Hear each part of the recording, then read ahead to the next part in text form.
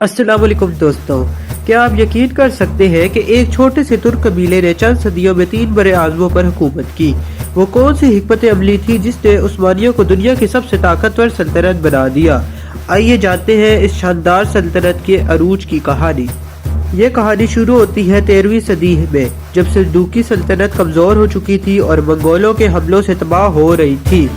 ایسے وقت میں ایک بہادر ترک سردار عثمان غازی نے 1299 میں ایک نئی ریاست کی بنیاد رکھی، جو ارطغرل غازی کے بیٹے تھے۔ عثمان غازی کا مقصد صرف طاقت حاصل کرنا نہیں تھا، بلکہ اسلام کی سربلندی، عدل و انصاف پر مبنی ایک عظیم سلطنت قائم کرنا تھا۔ ان کی بہادری، ذہانت اور حکمت عملی نے عثمانی سلطنت کی بنیاد کو مضبوط بنایا۔ عثمان غازی کے بعد ان کے بیٹے اورحان غازی نے سلطنت کو مزید مضبوط کیا۔ ان کے دور میں عثمانیوں نے جدید اور منظم فوج قائم کی، جو جنیسریز فوج کی تشکیل وجود میں آئی۔ اورحان غازی نے پہلی عثمانی سکہ جاری کیا اور یورپ میں فتوحات کا آغاز کیا۔ سلطان مراد اول نے 1371 میں ایک زبردست جنگ میں فتح حاصل کی، جس نے یورپی ریاستوں کو حیران کر دیا۔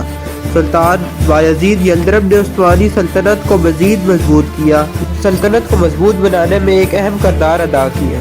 لیکن 1402 میں تیموری سلطنت کے ساتھ جنگ کے بعد کچھ مشکلات پیش آئیں۔ سلطنت عثمانیہ کی حقیقی عظمت کا آغاز 1453 میں ہوا، جب 21 سالہ سلطان محمد فاتح نے قسطنطنیہ کو فتح کر لیا۔ اور کیا آپ جانتے ہیں کہ آپ صلی اللہ علیہ وسلم نے قسطنطنیہ کی فتح کی پیش گوئی کی فرمائی تھی؟ آپ صلی اللہ علیہ وسلم نے فرمایا، تم ضرور قسطنطنیہ فتح کرو گے، بس وہ امیر کیا ہی بہترین امیر ہوگا اور وہ لشکر کیا ہی بہترین لشکر ہوگا۔ قسطنطنیہ کی دیواریں ناقابل تسخیر سمجھی جاتی تھی، لیکن سلطان محمد فاتح نے جدید توپ خانے اور ذہن سازی اور حکمت عملی سے اس شہر کو فتح کر لیا۔ اس فتح نے عثمانی سلطنت کو ایک عالمی طاقت بنا دیا، جس نے یورپی، ایشیا اور افریقہ میں اپنی سلطنت کو پھیلا دیا۔